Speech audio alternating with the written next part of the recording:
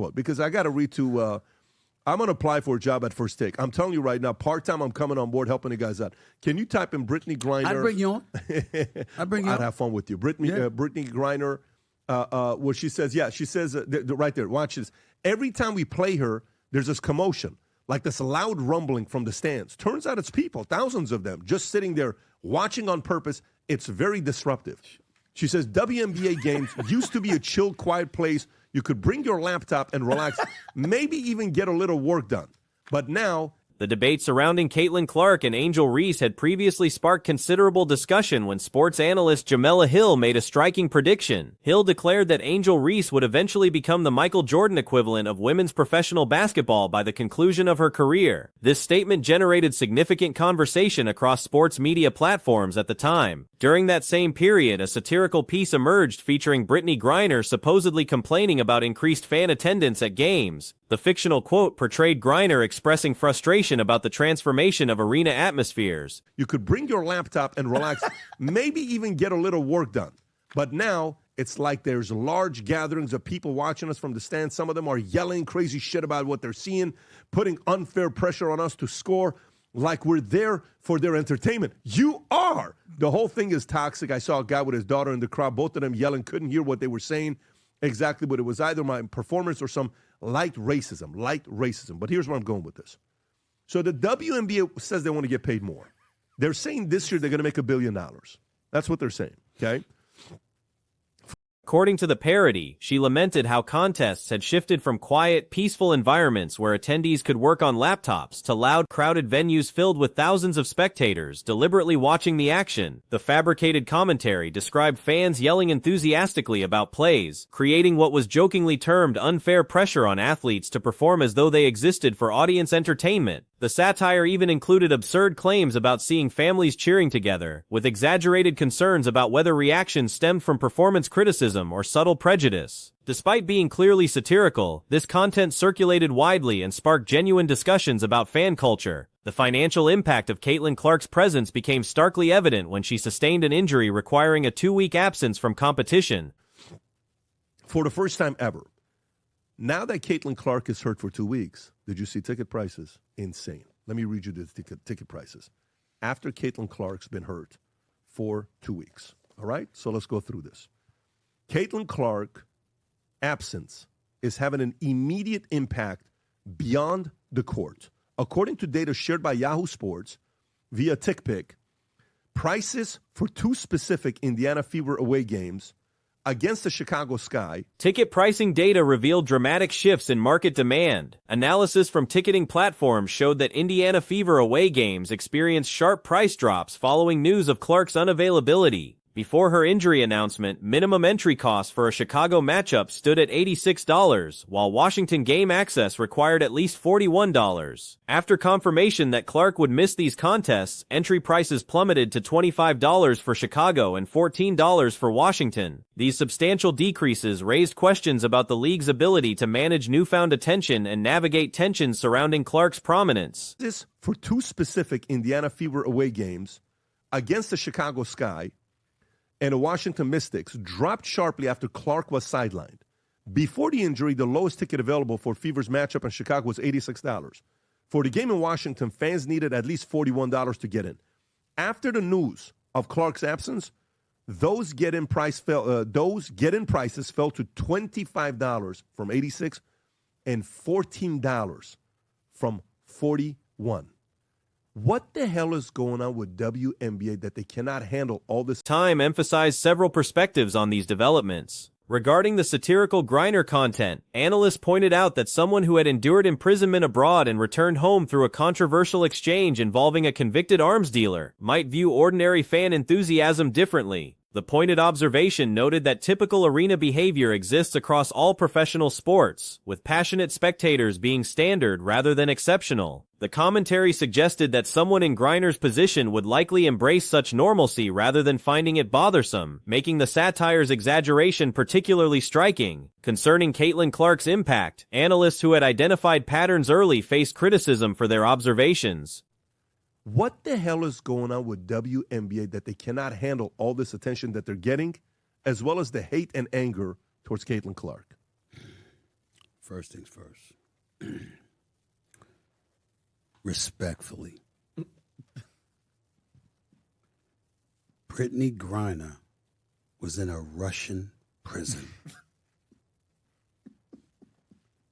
You would think that somebody who is now free,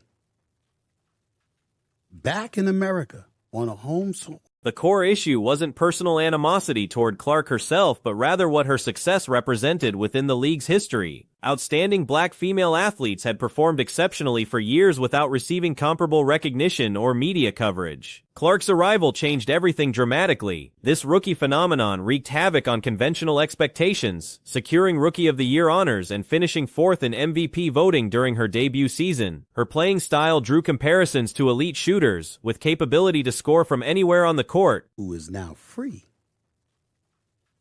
back in America on home soil,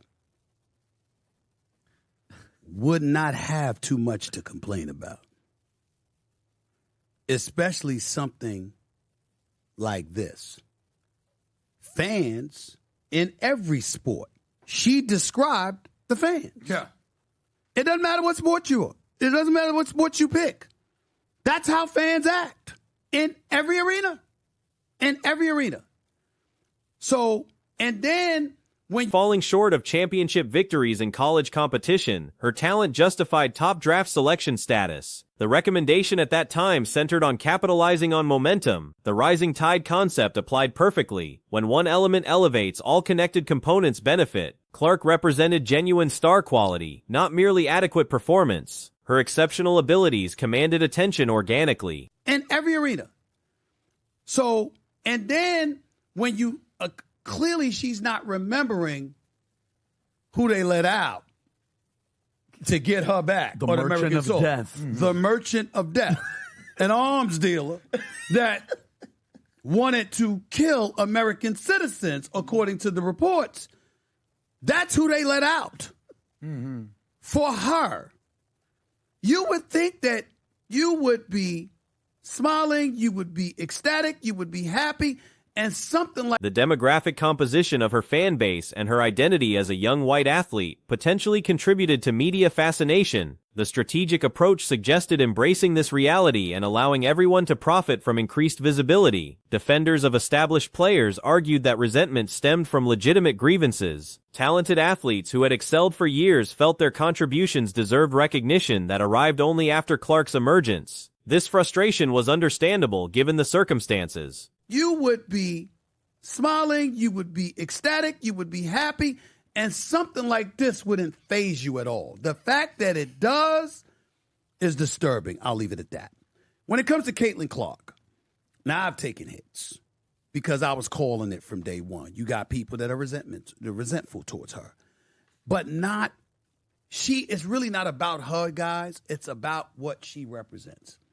Before she ever came along, there were a lot of outstanding basketball players who happened to be black. Historical parallels existed throughout sports history. Numerous players experienced jealousy toward dominant figures like Michael Jordan. Detroit's aggressive tactics against Jordan before his championship breakthrough exemplified such dynamics. Eventually, Jordan adapted physically and mentally, transforming challenges into motivation. Magic Johnson, Larry Bird, Kobe Bryant, and others all faced similar resentment during their ascension. This pattern represented normal competitive psychology. The resentment itself wasn't inherently problematic. Actually, such tension could prove beneficial by intensifying competitive drive and elevating performance standards. Athletes channeling frustration into motivation raised the quality of play while increasing league profitability for everyone involved. However, concerning signs emerged suggesting some within the organization preferred less prosperity rather than acknowledging Clark's role in their improved circumstances. This attitude persisted despite months of public discussion about these dynamics. Counter-arguments emerged defending perspectives often dismissed in these discussions. The satirical Griner commentary, while obviously fabricated, touched on real inexperience with large crowds among some veteran players. Historical context mattered. College programs generated fan enthusiasm, but professional women's basketball had struggled with attendance for years. The best attendance data points characterized the league as financially troubled, describing it as operating at losses with minimal attendance before Clark's arrival. Data showed attendance declining during her 2-week absence, raising doubts about long-term sustainability. Questions about championship winners and leading players often went unanswered by casual observers, illustrating limited public engagement. The argument positioned these discussions as manufactured narratives around genuine indifference. Revenue projections became central to debates about viability. The league could approach or exceed $1 billion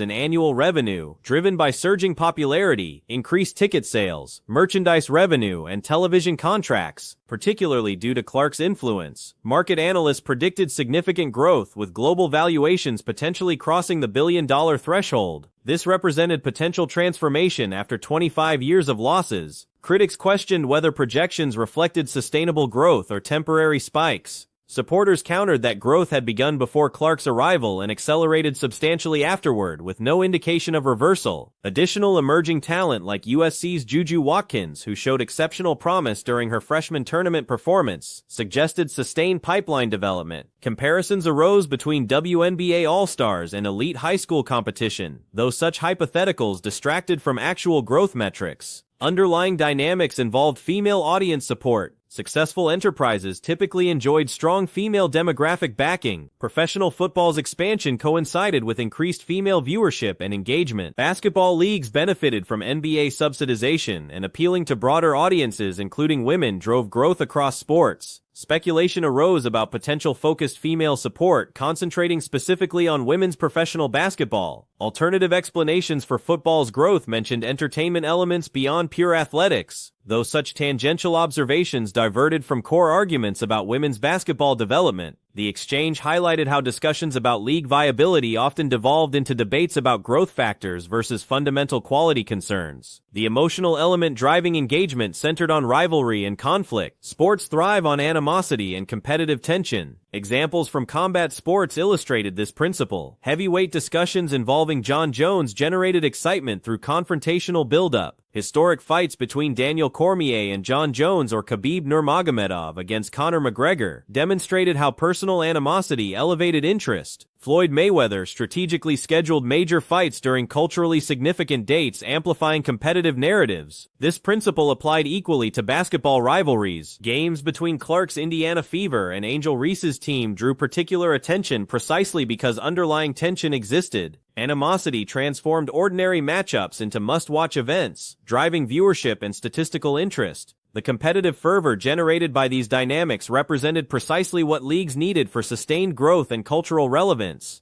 Observers committed to tracking performance metrics specifically in rivalry matchups, recognizing that interpersonal dynamics between star players fundamentally altered audience engagement levels and commercial outcomes across the entire league structure.